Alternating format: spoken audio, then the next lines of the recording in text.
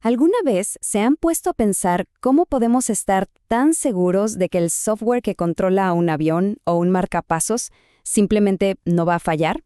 Bueno, la respuesta no está solo en hacer pruebas y más pruebas, sino en la pura certeza de las matemáticas. Hoy vamos a sumergirnos en la lógica que hace posible el código perfecto. Y esta es la pregunta del millón, ¿no? Cuando hay vidas en juego, un casi perfecto no es suficiente. Para nada. Se necesita una certeza absoluta, una garantía total. Pero a ver, ¿cómo se consigue eso en un sistema que puede tener millones y millones de líneas de código? Miren, la respuesta no está en ejecutar el programa una y otra vez cruzando los dedos para encontrar errores. No, la respuesta está en la lógica pura. Se trata de construir un caso irrefutable, una demostración matemática de que el software va a hacer exactamente lo que se espera que haga, siempre. Ok, para construir una prueba así de sólida, no podemos usar un lenguaje ambiguo.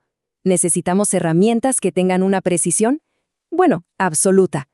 Así que el primer paso es aprender a hablar el idioma de la lógica. Todo comienza con las variables. Pensemos en ellas como si fueran los sustantivos de nuestro lenguaje lógico. En lugar de hablar de un rectángulo específico, usamos h para la altura y w para el ancho. Esto nos permite crear una fórmula que, y esto es lo importante, funciona para cualquier rectángulo que exista.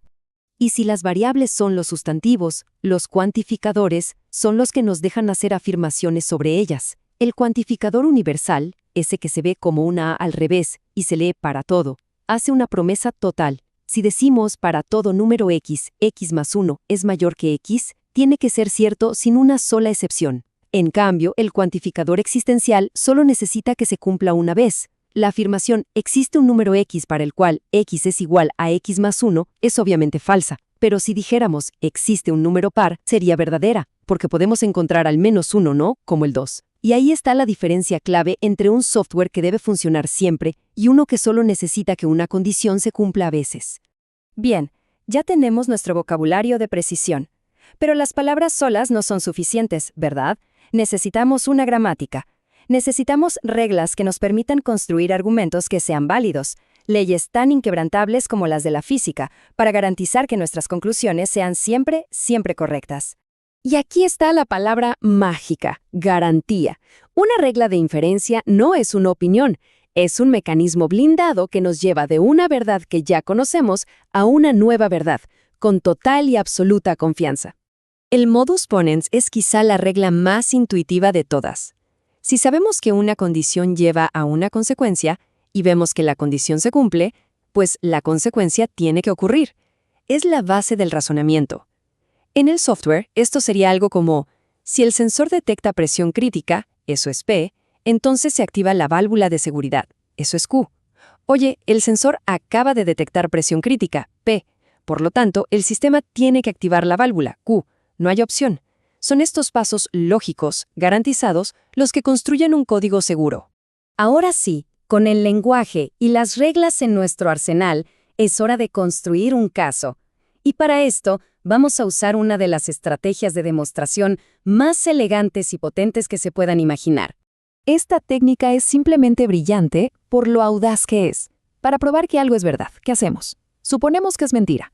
Y a partir de esa mentira, seguimos el hilo de la lógica hasta que, inevitablemente, todo el argumento choca contra un muro. Un absurdo tan evidente que nos obliga a admitir que la única falla estaba en nuestra suposición inicial. Para entenderlo, usemos un ejemplo clásico. Una de las demostraciones más bellas de las matemáticas, que ha fascinado a pensadores por siglos, probar que la raíz cuadrada de 2 es un número irracional. Y aquí está el primer paso. Asumimos exactamente lo contrario de lo que queremos demostrar. Jugamos al abogado del diablo. La clave aquí es esa condición. La fracción a sobre b no se puede simplificar más. Recordemos eso, es crucial. Bueno, si elevamos ambos lados de la ecuación al cuadrado, la matemática nos lleva casi de la mano a la conclusión de que a al cuadrado tiene que ser un número par, y si el cuadrado de un número es par, el número mismo también tiene que ser par. Hasta aquí, todo bien. Ahora, sabiendo que a es par, podemos hacer un pequeño reemplazo en la ecuación, Y, oh sorpresa, esto nos revela que b al cuadrado también es par, lo que significa que b también tiene que ser un número par. Y aquí está el absurdo. Acabamos de llegar a una conclusión que contradice directamente una de nuestras condiciones iniciales. Si A y B son ambos pares, la fracción se podría haber simplificado dividiendo los dos entre 2, pero habíamos dicho que no se podía simplificar. Es un jaque mate lógico. No hay salida. La única forma de resolver esta paradoja es admitir que nuestra suposición inicial, la de que la raíz de 2 era racional, estaba equivocada desde el principio. Por lo tanto, tiene que ser irracional. Caso cerrado. Demostrar un hecho aislado es muy útil, claro, pero en software a menudo necesitamos garantizar que algo funcione para un número infinito de casos. O sea, ¿cómo probamos que un algoritmo de ordenamiento funciona para cualquier lista de elementos, sin importar qué tan grande sea? Aquí entra la inducción matemática, una herramienta increíblemente poderosa. Con solo 2 pasos, podemos probar algo para una infinidad de casos.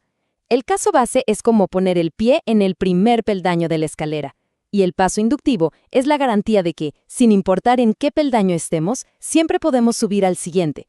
Con esos 2 pasos, hemos probado que podemos subir la escalera hasta el infinito. Y nuestro último concepto de hoy es una idea tan elegante, tan fundamental, que la naturaleza la usa en todas partes, en los copos de nieve, en las galaxias. Es una idea que es, a la vez, una herramienta matemática y la columna vertebral de muchísima programación moderna, la recursión. La recursión es, básicamente, la idea de definir algo en términos de sí mismo. Pensemos en las muñecas rusas, las matrioscas. Para entender la muñeca grande, primero hay que abrirla y entender la muñeca un poco más pequeña que está adentro, y así sucesivamente. El ejemplo perfecto de esto es el factorial. La belleza de la recursión es la simpleza de sus reglas. Solo necesitas 2 cosas: una regla para detenerte, que es el caso base, y una regla para continuar, el paso recursivo. Sin ese caso base, el proceso simplemente nunca terminaría. Fíjense en cómo el problema se va desarmando. Para calcular 7 factorial, la función pregunta por el valor de 6 factorial. 6 factorial pregunta por 5 factorial. Y la pregunta se va pasando hacia abajo, haciéndose más simple en cada paso, hasta que llega a la única respuesta que conoce de memoria, el caso base. Y una vez que llega a ese punto final, la respuesta empieza a subir de vuelta. 1 se multiplica por 2, el resultado por 3, luego por 4, y así como una cascada hacia arriba, hasta que la respuesta final emerge. El problema, literalmente, se resolvió a sí mismo. Y aquí cerramos el círculo. La demostración por contradicción, la escalera infinita de la inducción, la elegancia de la recursión, nada de esto son solo juegos matemáticos abstractos. Son las herramientas exactas que se usan para construir argumentos lógicos irrefutables sobre cómo funciona el software. Así es como se puede probar que un sistema es perfecto. No es magia, es lógica. Y nos demuestra que la certeza absoluta, incluso en el mundo increíblemente complejo del código, no solo es algo deseable, es posible.